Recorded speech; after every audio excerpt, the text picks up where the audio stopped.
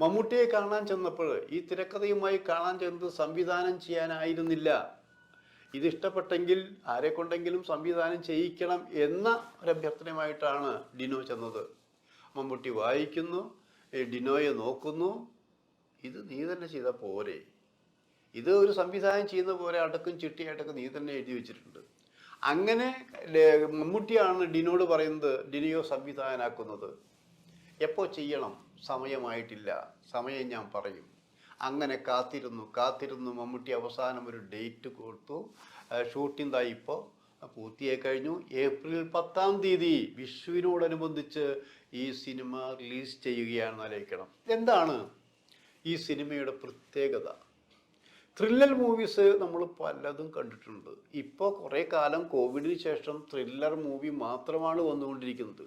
ഒരു മടുപ്പുമില്ലാത്തൊരു സെക്ഷനാണ് thriller movie എന്ന് ആലോചിക്കണം. അപ്പോൾ ചോദിക്കും, ഈ ത്രില്ലർ മൂവിയൊക്കെ എവിടെയായിരുന്നു എന്നുള്ളത്. ലോക സിനിമയിൽ ഈ ത്രില്ലർക്കാണ് ഉള്ളത്. അവിടെ നിന്ന് പലരും എടുക്കുന്നു, അടിച്ചു മാറ്റുന്നു, ഇതൊക്കെയുണ്ട്. നമ്മൾ അതിലേക്കൊന്നും നോക്കണ്ട. അതായത് വേറൊരു ഗ്ലാസ്സിലേക്ക് ഈ സാധനം അല്ലെങ്കിൽ നമുക്ക് തരുന്നു.